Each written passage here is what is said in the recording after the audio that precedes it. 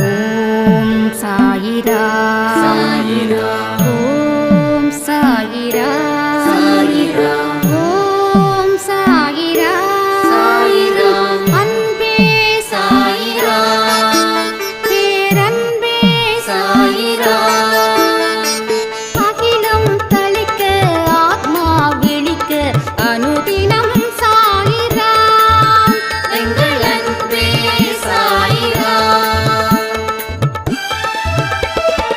ஒன்றே இறைவன் ஒன்றே பூமிக்கென்றும் சாயிரா சரணம் சாயிரா நன்றே செய்து வாழ்வோம் நாம் ஒன்றே செய்து வாழ்வோம் அன்பே சாயிரா.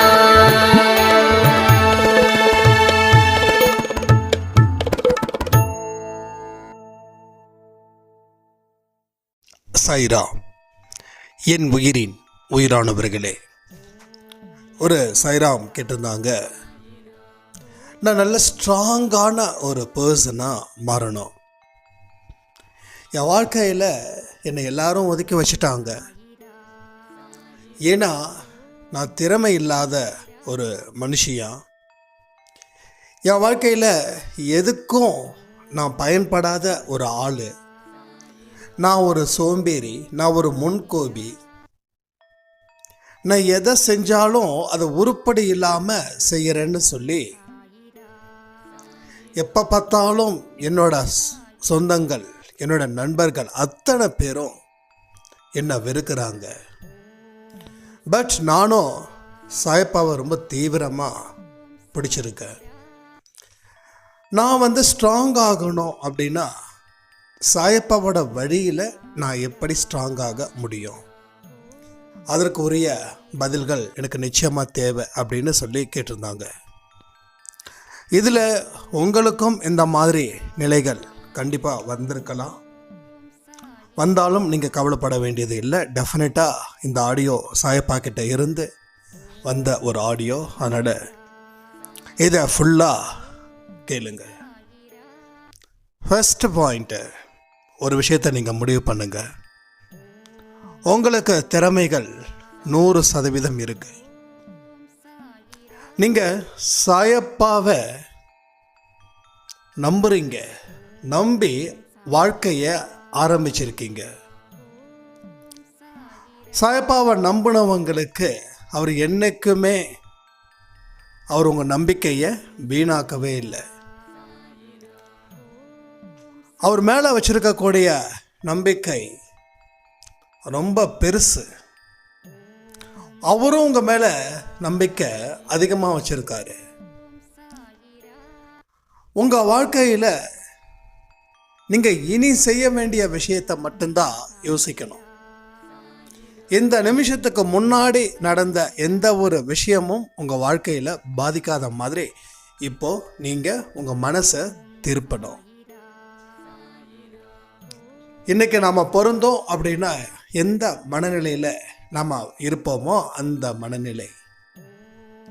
இதுக்கு முன்னாடி வந்த கஷ்டம், துன்பம், அவமானம் அத்தனையும் காத்தோடு போயிடுச்சு. இப்போ வரக்கூடிய சந்தோஷம் மனசில் நிலையாக நிற்க போகுது. ஸோ ரீபர்த், இது உங்களுக்கு மறுபிறப்பு, மறு வாழ்க்கை. என் ஃப்ரெண்டு ஒருத்தன் சொல்லுவா, 20 சக்ஸஸ் ஆகாதவ கண்டிப்பாக 40 சக்ஸஸ் ஆவான். அப்போது என்னமோ சொல்லிட்டான் அப்படின்னு நானும் விட்டுட்டேன். ஆனால் அதுக்கப்புறம் வாழ்க்கையில் சில விஷயங்கள் செய்யும்போது நம்ம வாழ்க்கையில் கடைசி பெஞ்ச் ஸ்டூடெண்ட், படிப்பில் கடைசி பெஞ்ச் ஸ்டூடெண்ட்டாக இருக்கிறவங்கெல்லாம் ஏதோ படித்தோம், பாஸ் பண்ணோம், அந்த லெவலில் தான் இருப்பாங்க. ஆனால் அவங்களுக்கு படித்ததை வச்சு வேலை கிடைக்காது. ஃபஸ்ட்டு பெஞ்சில் இருக்கிறவங்க படித்ததை வச்சு வேலை கிடைக்கும்.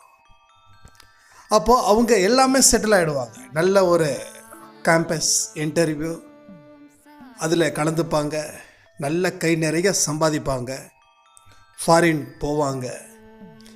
ஸோ இது மாதிரி அவங்க லைஃப் ஸ்டைல் ரொம்ப லக்ஸூரியாக போகும். இந்த லாஸ்ட் பெஞ்ச் ஸ்டூடெண்ட்டு எப்போ செட்டில் ஆவாங்க அப்படின்னா ஆஃப்டர் 40s. அப்போ 20 இருந்து அந்த 20 வருஷம் அவங்க எப்படிப்பட்ட மனநிலையில் இருப்பாங்கன்னா, ஸ்கூலில் படிக்கும்போது பெருசாக கஷ்டம் இல்லை, வெளியில் வேலைக்கு வரும்போது கஷ்டம் அதிகரிக்கும். ஏன்னா படித்ததுக்கு வேலை கிடைக்கிறது வேற, நம்ம படித்ததுக்கு தகுந்த மாதிரி வேலை கிடைக்கல, இருக்கிற வேலை செஞ்சு ஆகணும், இல்லைன்னா வாழ்க்கை ஓட்ட முடியாது. அப்போ நிறைய அவமானப்பட்டு அதன் மூலமாக மனப்பக்குவப்பட்டு அதன் மூலமாக அவங்க வாழ்க்கையில் ஒரு தெளிவை ஏற்படுத்தி அந்த 40s டெவலப் ஆவாங்க. அப்போ 20 இல்லைன்னா 40. ஸோ கடவுள் 2 வாய்ப்பை மனுஷனுக்கு கொடுக்குறாரு. முதல் வாய்ப்பை நீ பயன்படுத்திக்கிட்ட, சந்தோஷம். முதல் வாய்ப்பை பயன்படுத்தலையா, இப்பயும் சந்தோஷம். 2வது வாய்ப்பு உனக்கு ஏதோ ரூபத்தில் நான் கொடுப்பேன். This is second choice and final choice. இந்த சாய்ஸை நீ சரி பண்ணிக்கோ உன் வாழ்க்கையில். அப்போ மனப்பக்குவத்தை நாம் அடையணும். ஸோ மனப்பக்குவத்தை அடைஞ்சிட்டேன்னா 2வது வாழ்க்கை சூப்பராக இருக்கும். அதே மாதிரி தான் நான் என்ன சொல்கிறேன்னா, வயசை விட்டுருங்க. உங்கள் வாழ்க்கையில் முதல் பகுதி, 2ஆம் பகுதி. முதல் பகுதியில் உங்கள் சொந்த அறிவை பயன்படுத்தி வாழ்ந்தீங்க. சில பேர் ஜெயிச்சிருக்கலாம், சில பேர் தோற்றுருக்கலாம். ஜெயித்தவங்க சந்தோஷமாக இருக்கட்டும், இங்கே தோற்றவங்களை பற்றி தான். அப்போது முதல் பகுதியில் நீங்கள் தோத்துட்டீங்க. ஏன்னா உங்கள் சொந்த அறிவை பயன்படுத்தினீங்க. அந்த அறிவு வாழ்க்கையை நடத்த பயன்படலை. நல்லா புரிஞ்சுக்கோங்க, வாழ்க்கையை நடத்துவதற்கு பயன்படலை. ஆனால் அறிவு இருக்குது, ஆனால் போதுமானதாக இல்லை, அவ்வளோதான்.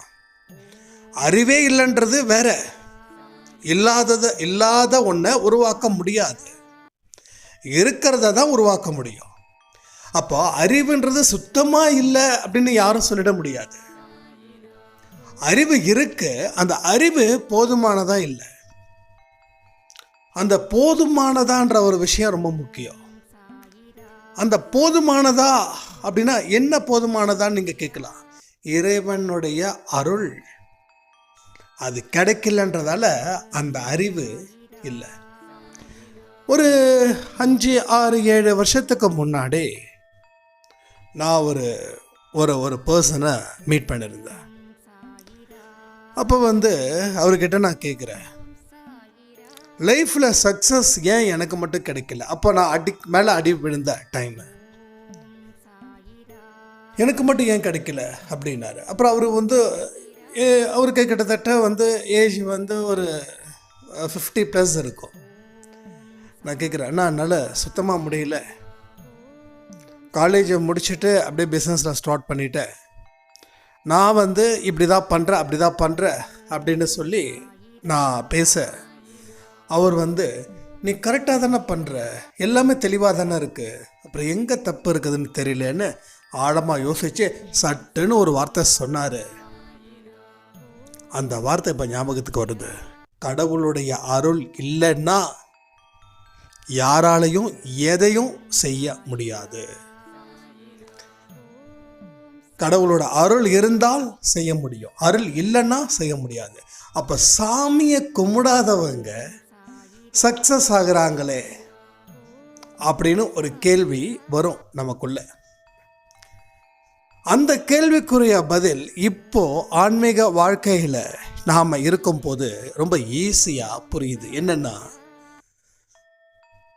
கும்பிடாத சாமியை எல்லாம் அப்பயே கும்பிட்டாச்சு போன பிறவியில். ஸோ விதை அன்னைக்கு விதைச்ச இன்னைக்கு அறுவடை செய்கிற, அன்னைக்கு விதைச்ச விதை தான் இன்றைக்கி நான் அறுவடை செய்கிறேன். இன்றைக்கி நான் எதுவும் விதைக்கலை, இந்த அறுவடை முடிஞ்சதுக்கப்புறம் மறுபடியும் நான் விதைக்கணும். இதுதான். அப்போது சில மனிதர்கள், கடவுள் நம்பிக்கை இல்லாதவங்களும் நல்ல மனிதர்களாக இருக்காங்க. செய்யக்கூடிய செயலுக்கு தான் கர்மா. நீ கடவுளை கும்பிடுறியா கடவுளை கும்பிடலையான்னு முக்கியம் இல்லை. நீ எத்தனை பேரை அழ வச்ச, எத்தனை பேரோட வாழ்க்கையை அழிச்ச, நீ கடவுளை கும்பிட்டுக்கிட்டே அடுத்தவனோட வாழ்க்கை அழிச்சாலும் பாவம். கடவுளை கும்பிடாமல் அடுத்தவனோட வாழ்க்கையை அழிச்சாலும் பாவம். நீ கடவுளை கும்பிட்டு நல்லது பண்ணாலும் உனக்கு புண்ணியம். நீ கடவுள் இல்லைன்னு சொல்லியும் மக்களுக்கு நல்லது பண்ணாலும் புண்ணியம். நீ என்னை வணங்கி தான் ஒரு நல்ல செயலை செஞ்சால் அது புண்ணியன்றது இல்லை. நீ என்னை வணங்காமல் கூட நீ நல்ல செயலை செஞ்சால் அது உனக்கு புண்ணியம். உன்னோட கணக்கின் படிதானே தவிர நீ எதை சாமியை கும்பிடுறியான்னு எந்த கடவுளும் பார்க்கறதில்ல. இது இப்போ நான் என்னுடைய அனுபவத்தின் மூலமாக சொந்தமாக கற்றுக்கிட்டது.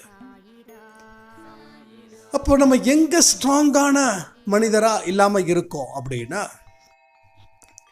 முதல் பகுதியில் நாம் அறிவை போதுமானதுக்கு பயன்படுத்தலை. அந்த அறிவை எப்படி பயன்படுத்தணும்? ரொம்ப எமோஷ்னலாக உணர்ச்சி வசப்படக்கூடிய மனிதர்களாக நாம் இருந்தோம். அதனால் நாம் முட்டாளாக்கப்பட்டோம். ஒருத்தவங்க எவ்வளோ அன்பு நீங்கள் என் மேலே வச்சுருக்கீங்க அப்படின்னா நாம் அப்படியே உருகிடுவோம். நீங்கள் உருகின உடனே அவங்க சரி ஒரு ஆடு பிரியாணிக்கு ரெடி ஆயிடுச்சு அப்படின்ற மாதிரி. அப்போது நம்ம அறிவை போதுமானதாக பயன்படுத்தலை. நம்ம மனசில் இருக்கக்கூடிய பலகீனத்தை நாம் பிறருக்கு சொல்லி அந்த பிறர் அதை தனது பலமாக யூஸ் பண்ணி நம்ம வாழ்க்கையை அழிச்சாங்க. கரெக்டு தானே? நம்ம வாழ்க்கையை எங்கே அடித்தாங்க? யார் அடித்தது? நம்ம மனசில் பலகீனத்தை அத்தனையும் நம்ம சொன்னதன் விளைவு அழிச்சிட்டாங்க.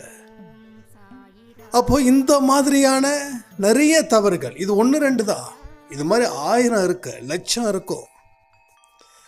இந்த தவறுகளை தொடர்ந்து செஞ்சதால் நம்ம ஏமாந்தோம். நம்ம ஏமாந்ததால் நம்மளை முட்டாளுன்னு சொல்லி சீல் பண்ணிட்டாங்க, முத்திரை குத்திட்டாங்க. அவ்வளோதான். இப்போ 2வது இன்னிங்ஸ், 2வது வாழ்க்கை. This is a last chance. நம்ம அன்பே சாய் குடும்பத்துக்கும் சரி, சாயப்பா வணங்கக்கூடிய எந்த பக்தர்களாக இருந்தாலும் சரி, சாயப்பாவை கரம் பிடிச்சாச்சு இல்லை? எஸ். இப்போ உங்கள் வாழ்க்கை வாழ்வதற்கான நேரம், அதற்கு உண்டான இடம், நேரமும் இடமும் சரியாக அமைஞ்சிருக்கு. எப்படி ஒரு திருப்திகரமான வாழ்க்கையை வாழ்வதற்கு இப்போ உலக மக்கள்கிட்ட நிரூபிக்க வேண்டிய ஒரு கட்டாயத்தை சாயப்பா உங்கள் மனசில் விதைச்சிட்டாரு. இப்போ இத்தனை நாள் ஏன் நம்ம ஸ்ட்ராங்கான ஒரு பர்சனாக மாறணும்னு நமக்கு தோணலை. இப்போ ஏன் நமக்கு ரீசெண்டாக தோணுதுன்னா, சாயப்பா நம்ம மனசில் சில விஷயத்தை விதைக்கிறாருன்னு அர்த்தம். இத்தனை நாள் இந்த மண்ணில் எதுவும் வரல, ஆனால் இப்போ இந்த மண்ணில் வந்திருக்குதுன்னா எதுவும் போடாமல் எதுவும் வராது. ஒன்று நீங்கள் விதை போட்டிருக்கணும், இல்லை பறவைகள் தன்னோட எச்சில் மூலமாக சில விஷயத்தை செஞ்சுருக்கணும். காடுலாம் எப்படி வளர்ந்துருக்குன்னா பறவைகள் விலங்குகள் போட்ட எச்சம் தான், வேறு ஒன்றுமே கிடையாது. நான் கூட நினச்சேன் இதெல்லாம் யாரா விதை போடுறது காட்டுக்குள்ளே அப்படின்னா, உடனே சாயப்பா பதில் ஏதோ ஒரு ரூபத்தில் கொடுக்குறாரு. பறவைகள் விலங்குகள் இதுங்களோட எச்சம் சாப்பிட்டு மீதி போடுறது தான் மண்ணுக்குள்ளே போய் விதையாக போய் செடியாக வருது அப்படின்னு. அப்போ சாயப்பா உங்கள் மனசுன்ற மண்ணில் அது விதையை போடுறாங்க. அப்போ உங்கள் வாழ்க்கையில் சாதிக்கணும் அப்படின்னு தோணுது. இது உங்களோட இயல்பாக தோன்றல, சாயப்பாவால் தோன்றுறது. புரிஞ்சுக்கோங்க. இத்தனை நாள் இந்த விஷயம் தோணலை, இன்னைக்கு தோணுதுன்னா சாயப்பாவை நீங்கள் கெட்டியமாக பிடிச்சதுக்கப்புறம் தோணுதுன்னா அது நீங்கள் நீங்கள் விதை போடலை, விதை போட்டது கடவுள். ஸோ இப்போ இதுதான் அஸ்திவாரத்தை போடுவதற்கு முயற்சிகள் சாயப்பா பண்ணிகிட்ருக்காங்க. இதை கோபுரமாக்குறதோ இல்லை அந்த அஸ்திவாரத்தை தோணுனதை அப்படியே விடுறதோ நம்ம கையில் இருக்கு. இதை நம்ம எப்படி சீர்படுத்தணும், இதை எப்படி திறமையாக்கணும், அதுதான் இப்போ நம்ம பேச போகிறோம். ஸோ முதல் பகுதி எதுவுமே உங்களது இப்போ வராது. முதல்ன்றது முடிஞ்சிடுச்சு. ரெண்டாவது, yes I am strong, I will strong. நான் ஸ்ட்ராங் ஆகிறேன், நான் ஸ்ட்ராங் ஆகிக்கிட்டு இருக்கேன், நான் ஸ்ட்ராங் ஆவேன். கமெண்ட் பண்ணுறீங்களா? யாரெல்லாம் நான் தைரியமான வெற்றிகரமான குழந்தையா மாற போகிறேன்னு கம்பீரமாக கமெண்ட் பண்ணுறீங்களா? ஒரு வார்த்தை சொல்லிவிட்டு அப்புறமா கமெண்ட் பண்ணுங்க உங்கள் மனசுக்குள்ள. எஸ், நான் கம்பீரமான வெற்றிகரமான குழந்தையா மாற போகிறேன். அதுக்கு நன்றி சாயப்பான்னு சொல்லி அதுக்கப்புறமா கமெண்ட் பண்ணுங்க. ஒவ்வொரு வார்த்தைகளும் உங்களுக்கான வார்த்தைகள். நல்லா கேட்டுக்கோங்க, உங்களுக்கான வார்த்தைகள், கேட்கக்கூடிய மனிதர்களுக்கான வார்த்தைகள். அது ஆணாக இருக்கட்டும், பெண்ணாக இருக்கட்டும், 6 வயசாக இருக்கட்டும், 60 வயசாக இருக்கட்டும். So age just a numbers.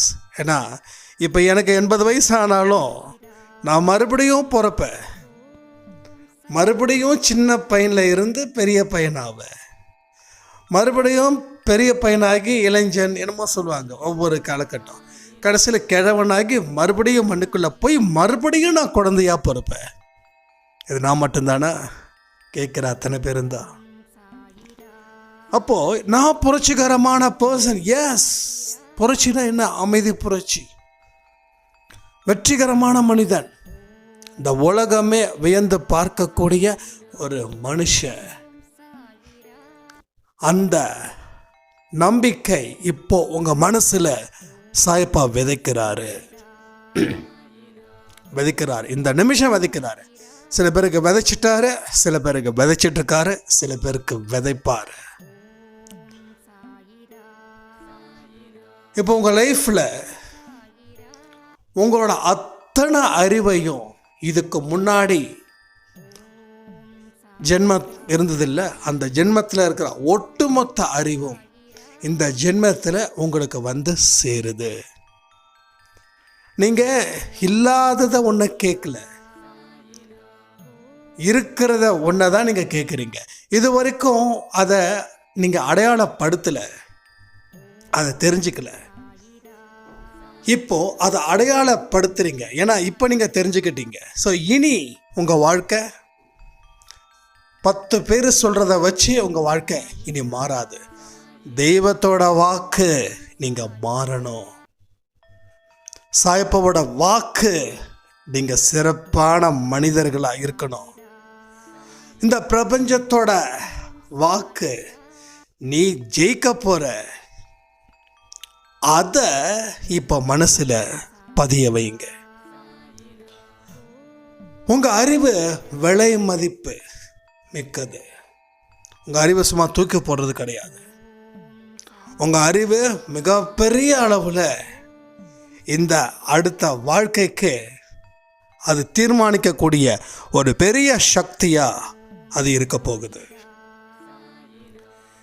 இந்த அறிவை முழுமையாக பயன்படுத்தி உங்களுடைய வேலைகளை முழு கவனத்தையும் வைக்கிறீங்க. இங்கே வயசில் ரொம்ப பெரியவங்க 70 வயசாக இருக்கிறவங்களுக்கு கூட ஒரு வேலை இருக்கு. அந்த வேலை என்ன தெரியுமா?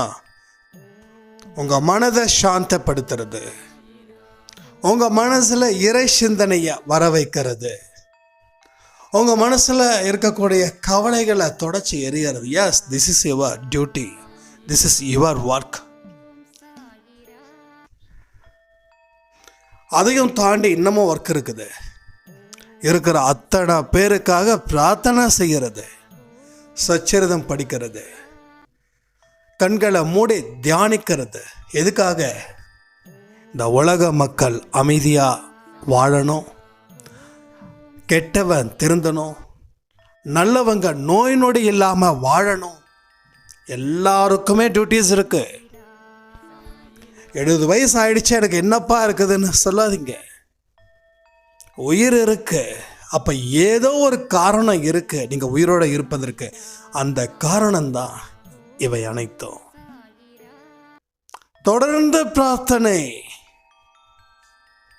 தொடர்ந்து மற்றவங்க நலனுக்கான பிரார்த்தனை. ஏன்னா எப்போ கடவுள் நம்மளை கூப்பிடுவாங்கன்னு தெரியாது.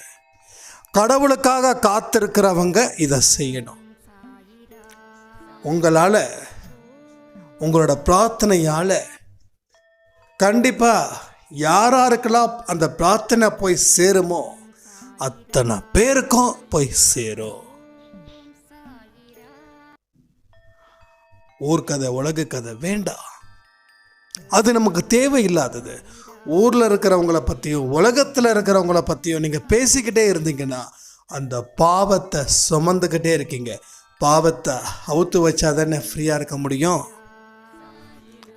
சுமக்கிற பாவம் தள்ளிடும், நம்மளை நிமிர்ந்து கூட நிற்க வைக்க முடியாது.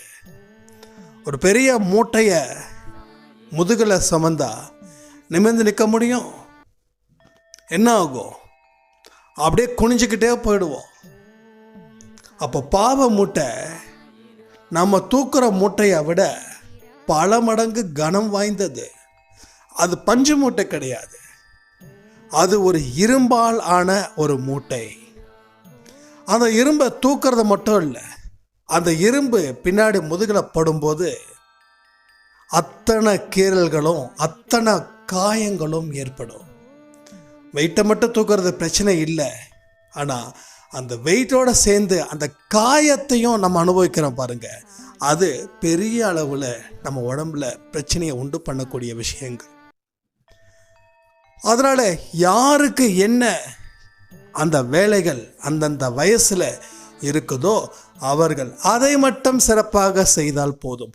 ஊர்க்கதை உலகு கதை உங்கள் காதும் உங்கள் வாயுக்கும் வேலை கொடுக்காதீங்க. இதெல்லாம் நீங்கள் செய்யணும் 2வது வாழ்க்கையில். 3வது, யாரை பார்த்தோம் பொறாமைப்படாதீங்க. பொறாமைப்படுறதால வாழ்க்கையில் வளர்ச்சி இல்லை. மற்றவங்களை பார்த்துக்கிட்டே இருக்கிறதால உங்கள் வாழ்க்கையை நீங்கள் பார்க்காமல் தான் போகிறீங்க. உங்கள் வாழ்க்கையை நீங்கள் பாருங்கள். உங்கள் வாழ்க்கையில் என்னென்ன விஷயங்கள் இன்னும் செய்யணும்னு நம்ம நினைக்கிறோமோ அதை செய்வதற்கு முயற்சிகள் பண்ணுங்க. காலமும் நேரமும் கண்டிப்பாக சாயப்பாவால் உருவாக்கப்படும்.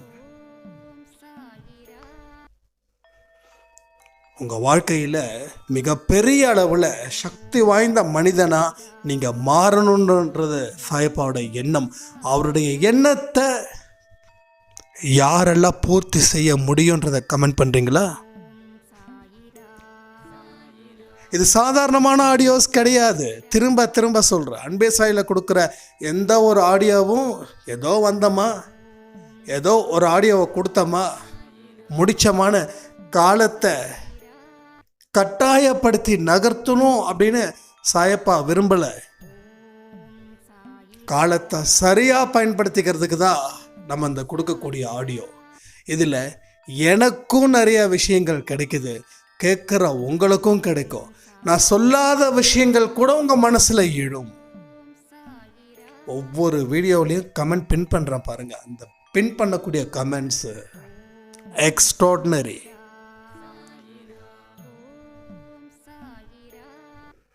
உங்கள் வாழ்க்கையில் என்னைக்குமே ஒரு சுறுசுறுப்பாக நீங்கள் இருக்கணும். மற்ற மனிதர்கள் உங்களை தேவையில்லாமல் பகைப்பார்கள். எப்பன்னா நீங்கள் என்னைக்கு அடுத்தடுத்த கட்டத்துக்கு உயரத்துக்கு போகிறீங்களோ அவர்கள் பொறாமை உங்கள் மேலே பட்டு அவர்கள் உங்களை கண்டிப்பாக ஏதாவது ஒரு விஷயத்தில் அவமானப்படுத்துவார்கள். அப்போ நீங்கள் சாயப்பாவோட ஒன்றிணைஞ்சு உங்களோட செயல்களில் நீங்கள் ஒன்றிணைஞ்சு உங்கள் மனசில் நல்ல ஊக்கத்தை கொடுத்தீங்கன்னா இதை நீங்கள் கேர் பண்ணவே மாட்டீங்க. அப்படி நம்ம கேர் பண்ணுறோம் அப்படின்னா நம்ம இன்னமும் வாழ்க்கையை வாழலைன்னு அர்த்தம். எங்கேயோ ஒரு இடத்துல தப்பு செய்கிறோம். ஒன்று, கடவுள்கிட்ட சரியான திசையில் அவரோட பாதையில் போகாமல் இருக்கலாம்.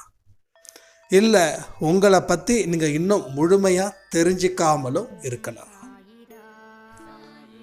ஒருத்தவங்க நம்மளை பற்றி பேசுகிறாங்க அப்படின்னா அவங்களுக்கு நீங்கள் பதில் கொடுக்கணும்னு நினைக்கிறீங்கன்னாவே இன்னமும் லைஃப்பில் அந்த இடத்துக்கு நீங்கள் வரலைன்னு அர்த்தம். இது அத்தனையும் உணர்த்துவதற்கான ஒரு விஷயங்கள். நீ இன்னமும் சரியில்லைன்னு சொல்கிறதுக்கான விஷயங்கள் தான் இந்த விஷயத்தை நான் சொல்லிட்டு இருக்கேன். அப்போ நாம் இன்னமும் சரியாகலைன்னா வேற எப்போ சரியாக முடியும்? என் வாழ்க்கை இப்படி இருக்கு அப்படி இருக்கேன்னு சொல்லி மற்றவங்க கிட்ட கேட்குறோமே, என் வாழ்க்கை இப்படி இருக்கு, என் வாழ்க்கையை எப்படி மாற்றலான்னு சொல்லி நமக்கு நாம கேட்டுக்கிட்டா இந்நேரம் பதில்கள் உங்களுக்கு சட்டுன்னு கிடைச்சிருக்கும். நீங்க கேட்கல, பதில் கிடைக்கல. நீங்க கேட்டீங்க மற்றவங்க கிட்ட, அவங்க அவங்கள வச்சு சொன்னாங்க, அது உங்களுக்கு பொருந்தாதில்ல. அவன் வழி அவனுக்கு, உங்க வழிக்காக அவன் மாத்திரப்பட முடியாது. அதே மாதிரிதான் இங்கேயும். அப்போ உங்களுக்குள்ள இருக்கக்கூடிய ஆழமான சந்தேகங்களுக்கு நீங்க தான் அதுக்கு தெளிவு கொடுக்கணும். அப்போ சாயப்பாவோட நெருக்கம் உங்ககிட்ட இருந்துச்சுன்னா அதற்கு தகுந்த மாதிரியான பதில்கள் உடனடியா உங்க வாழ்க்கையில வந்து சேரும். இன்னைக்கு நம்ம காலையில் அன்பே சாய் ஆடியோ கொடுத்தோமே, 10 மணி ஆடியோ, சர்ச் பண்ணி பாருங்க. அதில் பாருங்க 2-3 சாய்ராமுக்கு எப்படிப்பட்ட அற்புதத்தை சாய்ப்பா செஞ்சுருக்காங்க அப்படின்னு. அப்போ உங்களுக்கு எந்தெந்த கேள்விகள் எப்படி வேணாலும் கேளுங்க, அதற்குரிய பதில்கள் நீங்கள் வாங்குவதுன்றது நிச்சயம். இதை எல்லாமே நம்ம புரிஞ்சு வாழக்கூடிய வாழ்க்கையை வாழணும். 2வது, கடவுள் கொடுத்துருக்கக்கூடிய வாய்ப்பை நான் சரியாக பயன்படுத்தி நான் வாழ்ந்து சாதிப்பேன் அப்படின்னு எத்தனை பேர் சொல்கிறீங்களோ அத்தனை பேரும் கமெண்ட் பண்ணுங்க. உங்கள் வாழ்க்கையில் நீங்கள் அடிக்கிற ஒரு பாலும் இதுவரைக்கும் ஸ்டெம்ப் அவுட் ஆக்கிச்சு. ஆனால் இனி அடிக்கிற ஒரு பாலும் மகா சிக்ஸர்.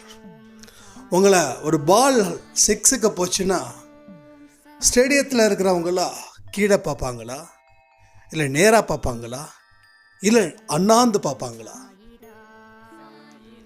மோஸ்ட்லி 6 பால்ஸ் எல்லாமே அண்ணாந்து தான் பார்க்கணும், எவ்வளோ ஹைட்டில் போகுதுன்னு. அந்த மாதிரி நாமளும் ரொம்ப ஹைட்டில் தெரிவோம், எல்லாரும் அண்ணாந்து பார்க்குற அளவுக்கு. அடித்து சொல்கிறேனே, இந்த விஷயத்தை மட்டும் நீங்கள் செஞ்சீங்க அப்படின்னா உங்களை எல்லாரும் அண்ணாந்து பார்க்கக்கூடிய காலங்கள் இந்த ஜென்மத்திலேயே நமக்கு கிடைக்கும்னு சொல்லி இந்த ஆடியோவை நான் முடிக்கிறேன். ஜெய் சாய்ரா.